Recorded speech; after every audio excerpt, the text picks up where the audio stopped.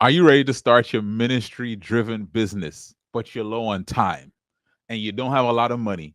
And you're also saying, I don't really know how. Well, I got something coming for you. It's called the Monetize Your Ministry Summit. And we're specifically focused on how to get started if you're low on time, money, and know how. I got some amazing guests coming along, and I want you to register for it. Go to monetizeyourministrysummit.com. It takes place on June the 25th from 7 p.m. Tuesday, June 25th, 7 p.m. Eastern.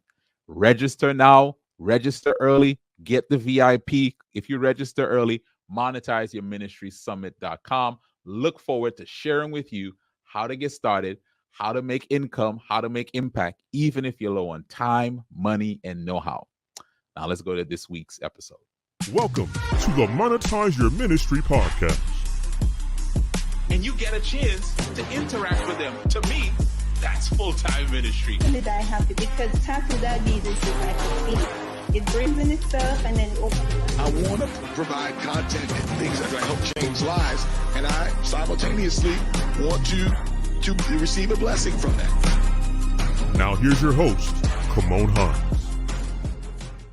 On today's episode, we're going to be talking about money. Yes, money. And to help us talk about money and how money intersects with ministry, we have a certified financial planner. I want to introduce to some and to present to others our guest today, Brenton Harrison. Brenton, welcome to the podcast. Thank you for having me.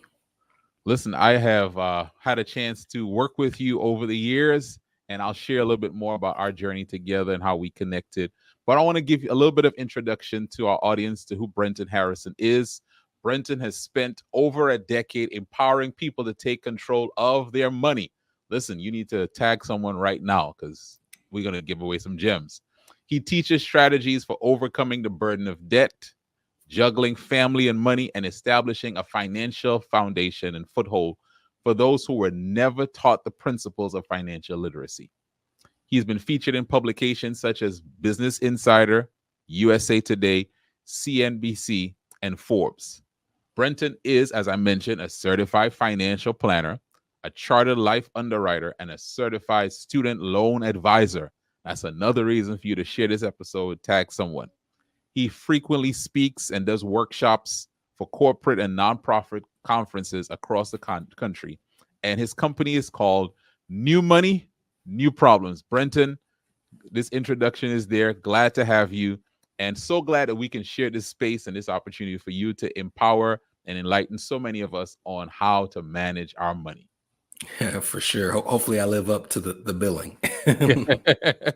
Well, let's do this. I read this bio, and just so that people know who you really are, what's something about Brenton Harrison that even people who think they know you would be surprised to learn? I actually, people use the term extroverted introvert.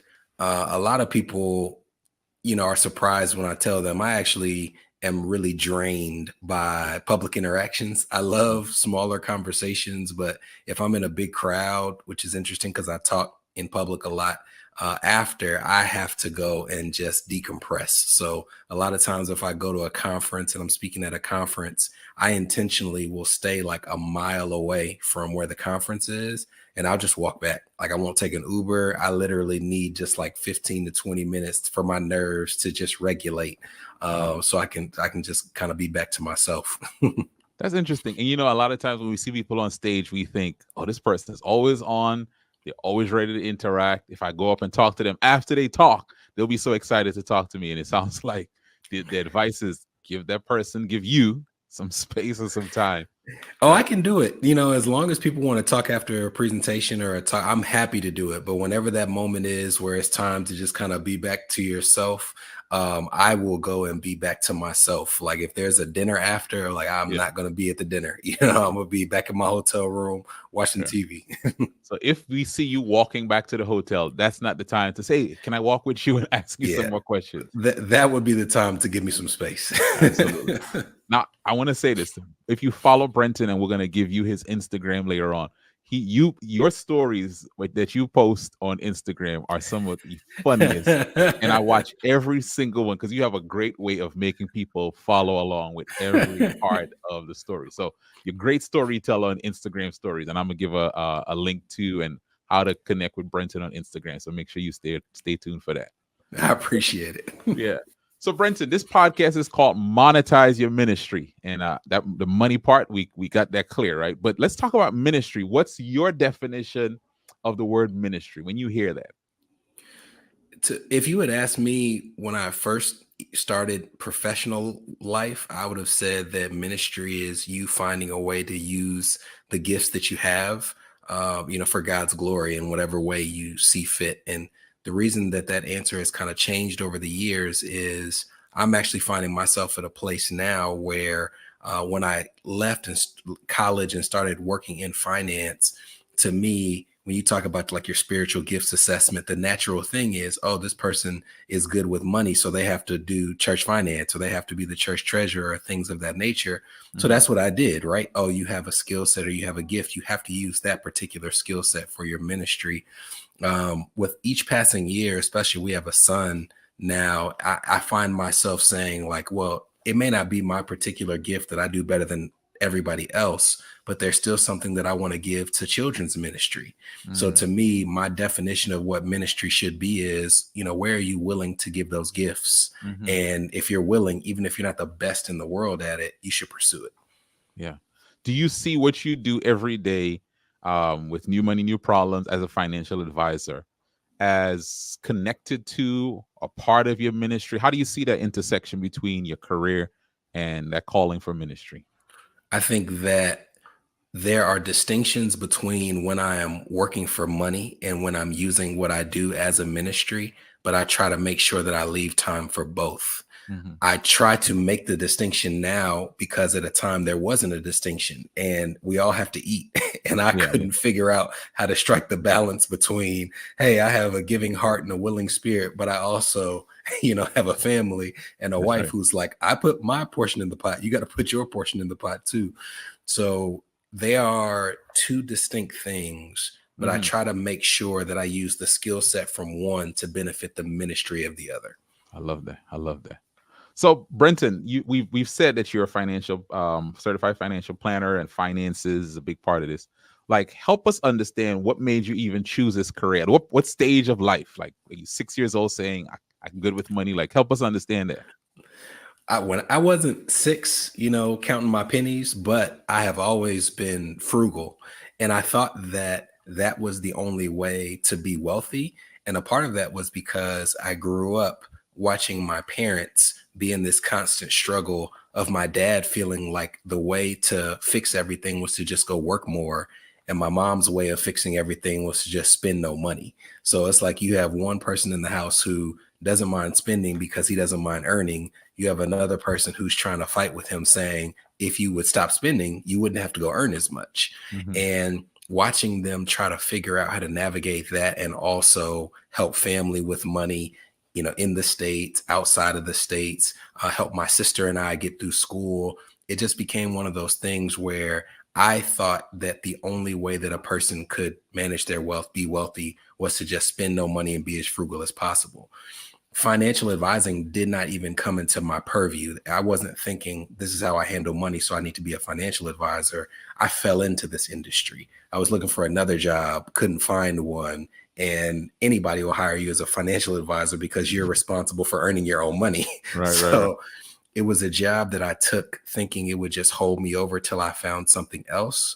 But as I got in it and saw how many people needed help, that's when it shifted to something where it's like, oh, I can be of some service here. And that's why I stayed with it. Yeah. Now you make me curious. What did you study in college or, for your educational part of your journey? I just did business management. I took finance courses here or there because I had an interest in it, but it wasn't individual finance. It was like corporate finance, macroeconomics, microeconomics. So if you had asked me what I would be doing now, if you'd asked me as like a high school or a college junior or senior, I would have said I'd be working in corporate America somewhere. And now, that would be the least likely place you'd find me. Yeah. I think it's so interesting, right? Like, I have 3 college students right now, and there's varying degrees of certainty as to this is what I want to do.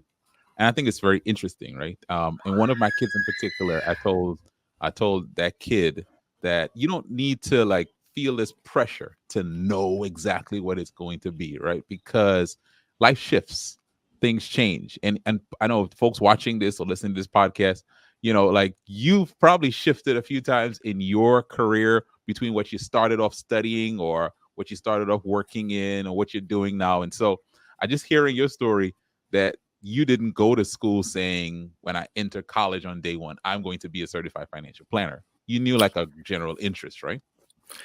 If my mom hears this, she'll be like, "No, he didn't know," because I will tell you, I was a very strategic student, but I was not a good student. I guess it depends on how you look at it. Like I was the type of student where if the teacher made the mistake of saying what percentage of the grade was made up by certain elements, I would work that system to my benefit. One of So those guys. if I were to find out that homework was only 10% of the grade, I would never do my homework. Right. If I found out that tests were 60%, I would take the gamble and say, as long as I ace the tests, I don't have to do any of the projects. Yeah. I don't have to do the homework. So I was not really thinking 3 steps ahead in college. In my mind, I was like, I need to have my grades be high enough that I can keep my scholarship and my mom's going to stay off my back. And beyond that, I can do the least amount of work possible. Hey man, listen, I'm for being strategic with your educational journey, man. That's what we're here for in this podcast, right? So let's talk through a little bit of this career stage now. We've talked through the educational stage. You get out, you started being a financial planner. You told us how you got into that. At what point in that journey do you now start thinking, I want to really own something of my own? Where there's new money, new problems? Like how does that even start happening for you? Well, I'm dressed for work right now, and I have on, a soccer kit, and that's not how I started in this industry. I came in a very formal, buttoned up shirt, tie, suit, 4 days a week at least. Model where it was you go, you knock on doors, you meet people. When I started, we had to make 200 calls a week. So it was very just like sales. You have to look a certain way, talk a certain way, act a certain way. And when I left the training environment and went to a place where I was going to be, for the start of my career, I was with a firm in Nashville, Henderson Financial Group. And the founder of that firm is somebody who's known me since I was 8 years old. Black guy in Nashville who owns one of the most successful Black-owned firms in the state of Tennessee. And he took me under his wing like a son. And for 12 years, kind of groomed me to be his successor. And for probably the first 10 of those 12 years, in my mind, I'm like, this is a sweet deal. Somebody is showing me the ropes. They're going to pass on this business to me that they've had in place for 30 years. They're going to do this and that. But the older I got, the more opinions that I had about how I wanted to live my life, you start to think, do I want to be the caretaker for what someone else has built? And it's a phenomenal thing that they built. Or do I want the same opportunity that he had, no matter how hard it was, to kind of shape my life and shape my professional life exactly the way I want it? What do I want to market myself as? How do I want to look? How do I want to talk? Who do I want to work with? How do I want to structure our business? And it was just an opportunity that I had to share with him and say, I want to be able to do what you did. And even though he wanted me to stay and take over, he at least understood, we're very similar. If you told him at 35 years old, you're going to be taking over somebody else's business, he would say, I don't want that. No matter how much money I'm making, I want to build my own. Yeah. So I'm curious, right? You said for the first 10 years, that plan of succession seemed like it was the plan for you. And in the last 2 years of the 12, you started to think about, okay, let me build something of my own. Did you ever have moments during the 10 years where you would say, I'm not entrepreneurial, right? Like I'm not. So was there any point during those first 10 years that you thought to yourself, I'm not entrepreneurial, right? I don't have what it takes to start a business. And if you did, what helped you to get over that? So, No, I've always thought that I was entrepreneurial because even when I was a part of that firm, I was 100% responsible for bringing on my own clients. mhm, So it was kind of like almost being like a realtor as a part of a larger realtor office. I mhm, think that while I was there with the intentions of taking over for him, I just thought that my entrepreneurial journey was going to be different than I thought it was when I started it, which was when I started, I thought I'd be doing what I'm doing now mhm, immediately, right? It's just me and whomever works for me working in this firm. When he started talking about, I want you to, be the person who takes over for me, in my mind, I'm like, well, I'm still an entrepreneur. It's just more akin to a family owned business mhm. than me starting from the ground up, which is what I originally intended. Yeah. All right. So here's the title: New Money, New Problems. Which, by the way, you can definitely tell you are a product of the hip hop generation, right? So Right. talk to us about like what, where would you even name brand or anything? New Money, New Problems. What's the target audience, and how do you even decide on that target audience? So the target audience are first and second generation high income earners. Most of the people with whom we work are 35 to 55. So they're people who are very familiar with the reference, and they are highly likely to be in a situation where it's not just a hip hop reference, it's actually what they're experiencing, right? Mhm. They're the first or second in their family to earn this amount of money, to be dealing with these type of problems. So it attracts that type of person, but there's some intentionality between, doing that and naming it Harrison Financial Strategies or something like that. And the intentionality is I want it to attract, but I also want it to repel. I think that now at this stage, I understand that one of the best things that can happen is for you to understand that not everybody is right for your business. And if at the start of the relationship, me having a name, New Money, New Problems, is something that's a problem for you, to me, that's a great indication that we probably were not going to be a fit if we had an ongoing relationship. Yeah. Now I want to stay here because Brenton, I can't tell you how many conversations I have with people looking to get started with business, grow their business, that have a challenge with targeting, right? They feel like, well, if I say first and second generation high income earners, what about the people who aren't high income earners? What about the people who are whatever? Right? And their example, of course, is gonna be different based on their business. But I'm gonna exclude people. And here's the other argument, right? But financial planning is for everyone. Everyone needs it. How do you talk to someone who wrestles with that idea of targeting and who I'm going to exclude, and all of that kind of stuff, especially folks who come from a faith background and want to be as inclusive as possible?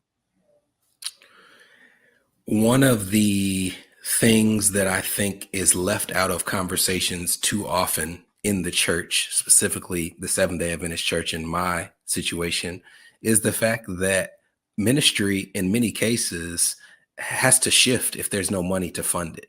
Now, Mhm. I think that you can do ministry without money, make no mistake. But something like a financial services agency, at some point in time, I have to make a certain amount of money to keep this thing going. Mhm. And to me, when people talk about excluding, because there's two sides to that coin, you can look at what I say and you can say, well, you're excluding people who don't make a certain amount of money or who aren't a certain age. I can say, I'm also excluding people who make way more than my typical client, who Mhm. may happen to be older or who may happen to be third Right. or fourth generation wealth. Right. So Correct. it's not just turning away people who don't make as much. There are Sure. situations that I come across where people make crazy money. And because I now have a great understanding of who we serve best, I'll tell that person who makes crazy money, we're just not the fit for you. So I'm Mhm. going to refer you to someone else. Now, let's go back to the person who's excluded because they don't make enough money. Mhm. That's where the distinction comes into play between when I am operating as a ministry versus when I'm operating as a business. Mhm. So I try to make sure that I go above and beyond to provide free content, free speeches to the audience where I am spending a significant amount of my time educating people. And some of that's marketing, but I think you know me well enough to know there have been plenty situations where I go into it truly for the people in that room, and I'm not leveraging it. I'm not putting it anywhere else. It is, I'm here for you because I want you to be educated and informed. And right now, this is something that I consider my ministry. Yeah. Now, I guess you help us understand that, one, no matter what you're doing, you need to be focused on who is it I'm here for, because in anything, right? Just the title of your business, it's going to attract some people, it's going to repel some, and you have to be okay with that. You have to be okay taking a stand for who it is you're able to reach, to serve, to impact, to really make a change in their lives, right? The best, and take a stand for that, and not really give into the clamor of what about me, what about me, what about me. And really, the truth is, some of the people you're worried about, what about them, would probably never do business with you anyway. Yeah. And man, there's an entrepreneur will tell you, and as an entrepreneur, I know you're going to know where I'm heading with this. There's a big difference between somebody saying they support you and someone financially supporting you. Yeah, that's so it's like, I do a whole lot of stuff for people who say they're in my corner, they're rooting for me.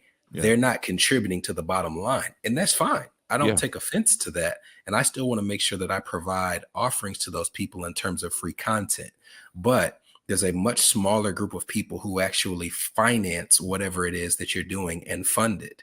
So the fact of the matter is, you have to be acutely aware of who those people are, who's actually funding your business, your ministry, and how do I make sure that I'm continuously providing them value?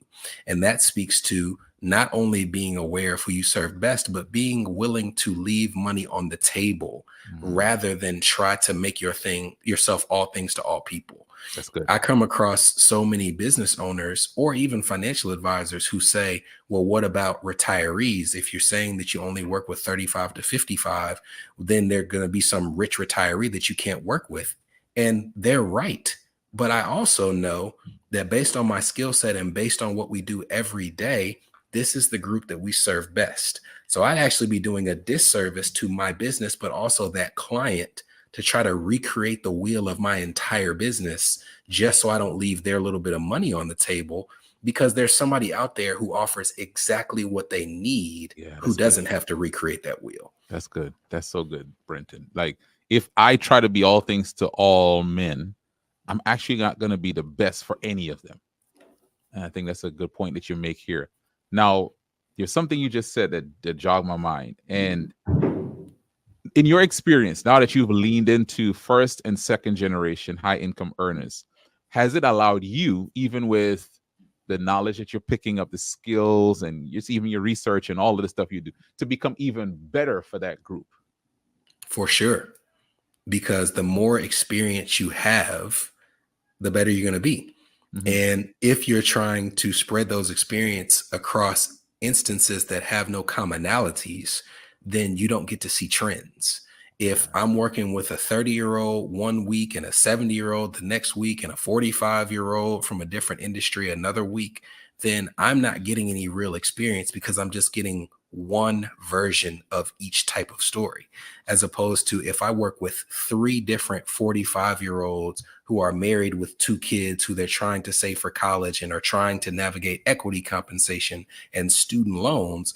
Well, now I have 3 very similar scenarios that I can build off of, so that when the 4th person comes along, I can say, I've actually been through this multiple times. I've seen, advice that works. I've seen advice that doesn't work.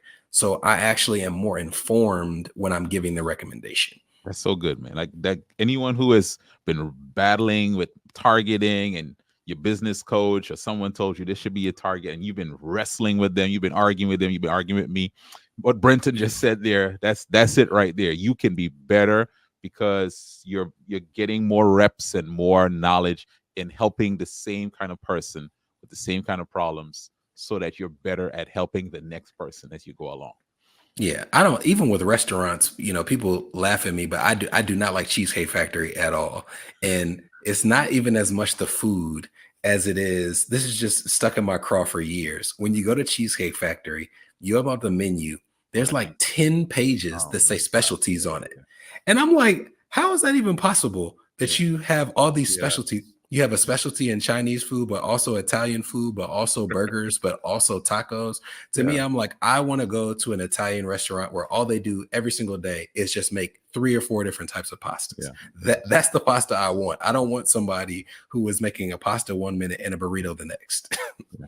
Yeah. Now, Cheesecake Factory, if you do want to be a sponsor for the podcast, we'll get this part out. No, but you make a good point. And what's also interesting is the menu is so long you can get overwhelmed, right? Because they're not specialized. That's such a good point. Now, I am curious, new money, new problems. What are some of the new problems that people come to you with when they get new money, when they start becoming first, second generation high income earners? Let's talk about some of them. Well, not all, but when you talk about first and second generation high income earners, many of them are minorities.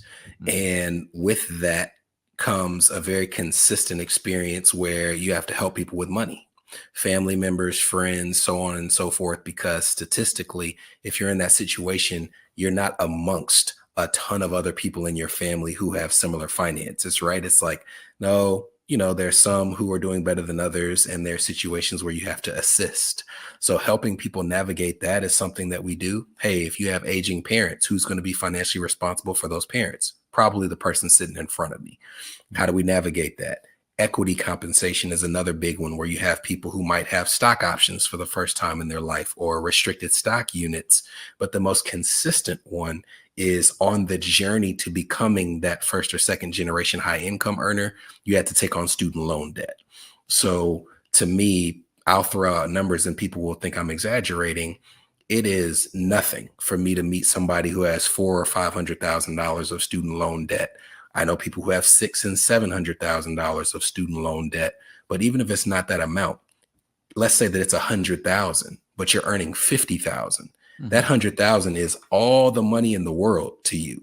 So helping people understand how they can kind of alleviate the stress, how they can do both and with their student loans, where it's like, hey, you can still save, you can still invest while paying back these student loans. That's a big, big part of my day-to-day professional life. Now, okay, so you give us a good transition, a good segue. Your one of the things that you talk about, escape student loan debt. In fact, that's one of your social media handles, and you do a lot of work on that. And I'll just give a personal story. So we were in Cleveland together last year. It was last year, right? These years are running together. And we both had to speak at an event. And going back some more, Brenton has been someone who, a good friend of ours, Myron Edmonds, connected me with you years ago, trying to figure out how to start investing, right? Because like investing isn't something that I was taught in the stock market, et cetera. And then I remember you being so generous to teach my kids what a stock was. I was thinking, this guy, these folks in front of him ain't paying him not a dime. They don't have them. But that's your ministry side.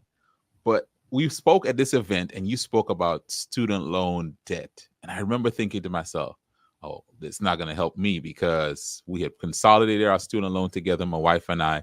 We were told if you did that, you can't escape student loan debt. But what you said gave hope to me and so many other people there.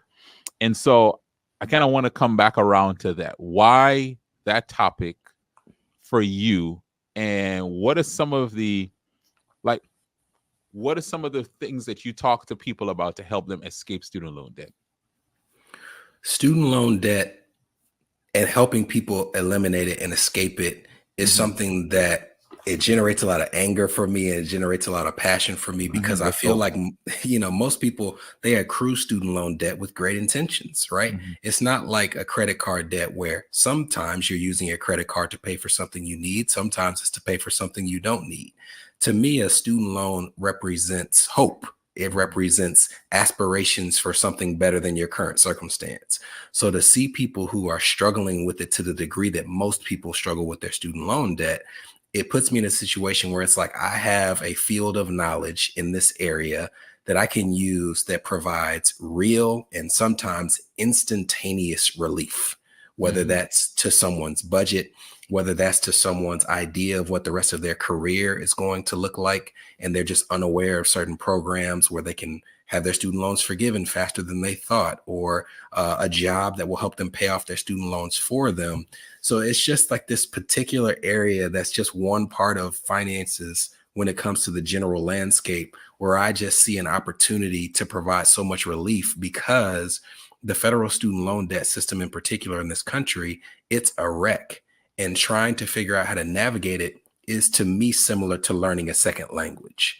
So because I took the time to learn that second language, it's just something that I'm really passionate about sharing when I can share. Yeah. Now, let me tell you this. Use the word. There's things that we are unaware of.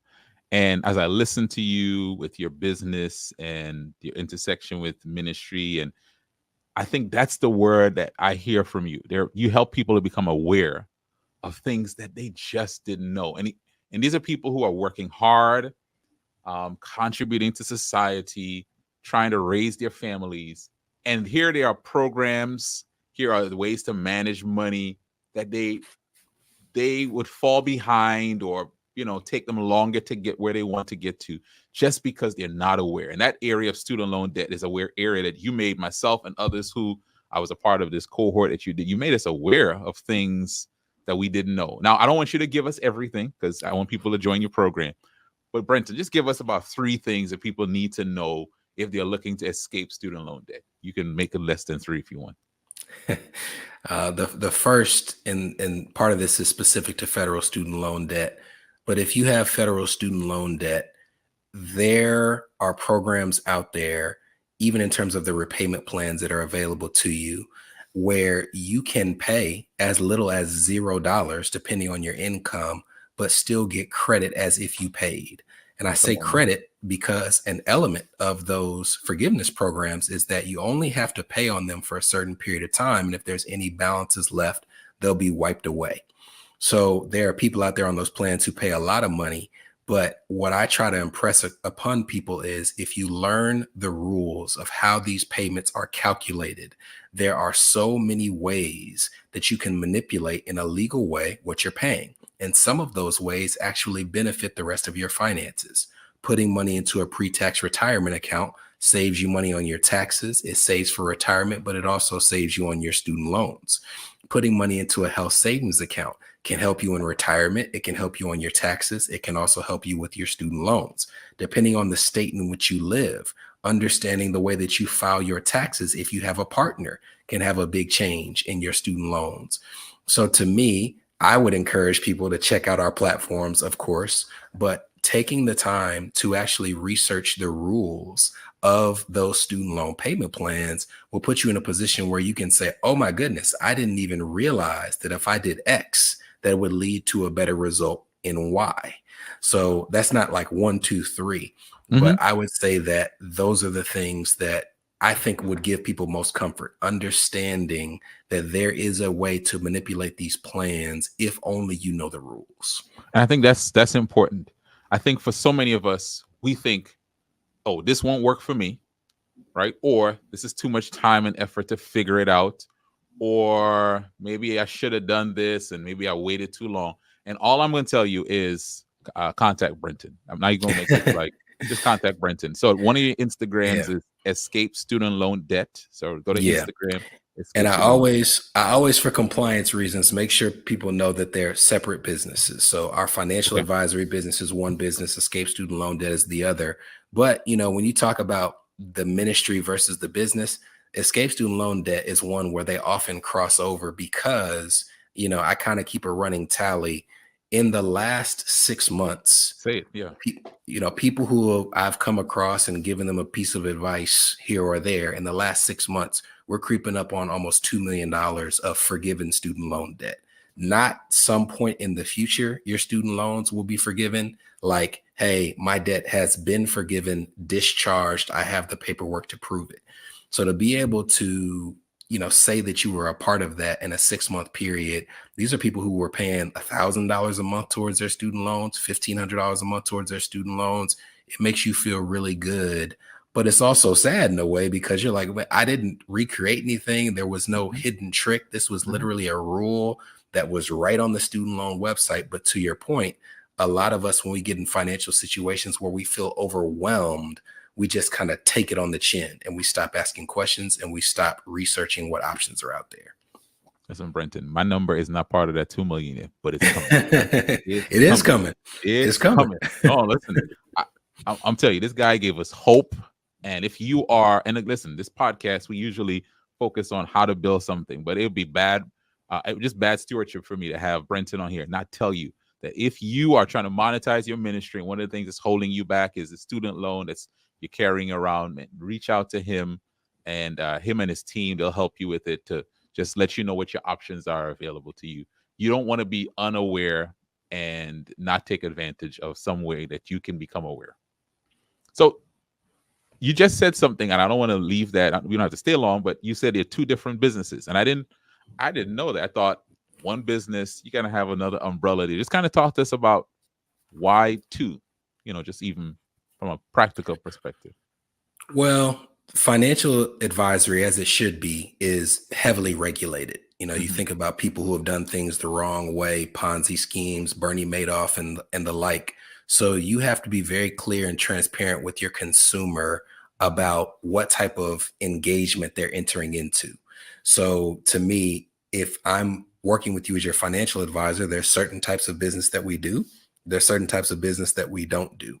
And if you're offering something that's separate from your duties as a financial advisor, on the positive side, it may be something where you have a little more flexibility in terms of what you're doing with that business, which is kind of the case with Escape Student Loan Debt. If we're doing a webinar or we're doing an online course that we want to charge for, we have a little bit more flexibility with that. But it also is important that if someone is coming to work with me at Escape Student Loan Debt, that they don't think that they're getting comprehensive financial advice, because I might say something about their student loans where, yes, it's good for their student loans, but it also impacts their taxes. And if I'm not looking at their taxes, I don't know if it's the necessary right thing to do. So, but if they work with me as a financial advisor, I would be able to look at their taxes. So it's more so just making sure people understand, if I'm working with you as your financial advisor, we look at everything. If I'm working with you at escapestudentloandebt.com, I'm giving you the best information I can with what I have in front of me about what could help your student loans. But unless I'm looking at your entire financial picture, there may be something that, you need to dig a little deeper on. Makes sense. That's smart. All right, I'm going to ask you one more question, but before I do, I want to make sure people know how to get in touch with you, because folks are probably saying, man, give me this guy's contact. So first of all, Instagram. So I'm going to read it for those who might be listening. It's Escape Student Loan Debt, at Escape Student Loan Debt. So if you're on Instagram, if you're watching, it's right there on your screen. And for the other business we mentioned, it's at newmoney.newproblems, right? Am I saying that right? Mm-hmm. At newmoney.newproblems on Instagram. And I promise you, if you follow Brenton on Instagram, you'll get good advice and good tips. But he's also entertaining in the way it's presented. And then your website. Now, there's one website I pulled up. So this is the one I have here, newmoneynewproblems.com. What's the website for Escape Student Loan Debt? I think you said it, but I want to make sure I say it and put it on the screen. So, and this is intentional, if you go to newmoneynewproblems.com, you can access both. Okay. So, I always tell people to go there, because then they'll dig around in both places. So again, with intentionality, trying to make sure that we draw people all the way in. That's smart. All right, good. So go there, New Money, New Problems. You'll find both, and make sure you're following both of them on Instagram. All right, Brenton. So here's the last question. And to preface this, how long have you been doing New Money, New Problems as your business? I've been in the financial advisory industry since 2009. Mm-hmm. I started New Money, New Problems as my firm in 2022. Perfect. Okay. So let's go back to, and you can answer this from either one, right?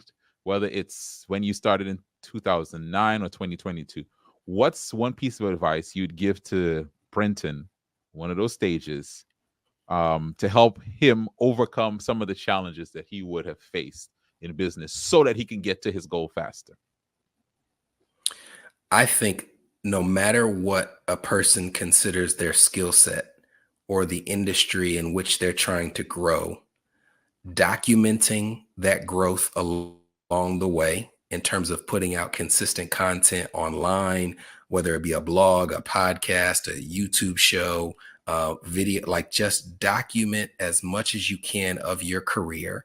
And then also always collect email addresses and relationships. I know that sounds very specific, but to me, I look at people, even if they're not entrepreneurs, even people who work in corporate America, having a big email list, no matter what you're trying to do in your professional life, is always helpful. Like, you know, whether you work for someone or work for yourself, if you have an email list with 10,000 people on it, you'll have more opportunities that open up for you than someone who has 100. And I cannot count the number of presentations that I've given over the years where I didn't think to ask people for their email address. And now life would be much easier for me if I'm trying to tell people about an event or encourage people to sign up for a webinar or even just reach more people on a weekly basis with my message. I really, really wish I had kept up with the email address, because a lot of people, they focus on their social media following, but because of algorithms, at any point in time, the reach of your social media can be taken away, but they cannot take away an email address. That is so good. Brent, you just dropping some gems right here at the end, man. So those of you who stayed till the end of the podcast, you got that, which is document your journey and make sure you're collecting those contact email addresses, because you're so right. I mean, there's some days, like you remember recently, Facebook and Instagram, Meta was down. And folks are just like, I'm just going to sit out this day in terms of business. No, not if you have an email, email service. So that is key. If you don't have one, started today while you're watching this episode. Just go ahead and do it. Brenton Harrison has been our guest today from New Money, New Problems, helping us to escape student loan debt. Listen, watch this, rewatch this, share this with someone. We want to make sure that as we monetize our ministry, we manage our money well. And I want to encourage you, take the lessons from this episode and put it into practice so you can increase your income and your impact. Thank you for listening to the Monetize Your Ministry podcast with Kymone Hinds. For more information, visit our website at www.monetizeyourministrypodcast.com. That's www.monetizeyourministrypodcast.com. Find us on YouTube, Spotify, and Apple Podcasts. Please share this episode with someone who needs it. Let's increase our income and impact.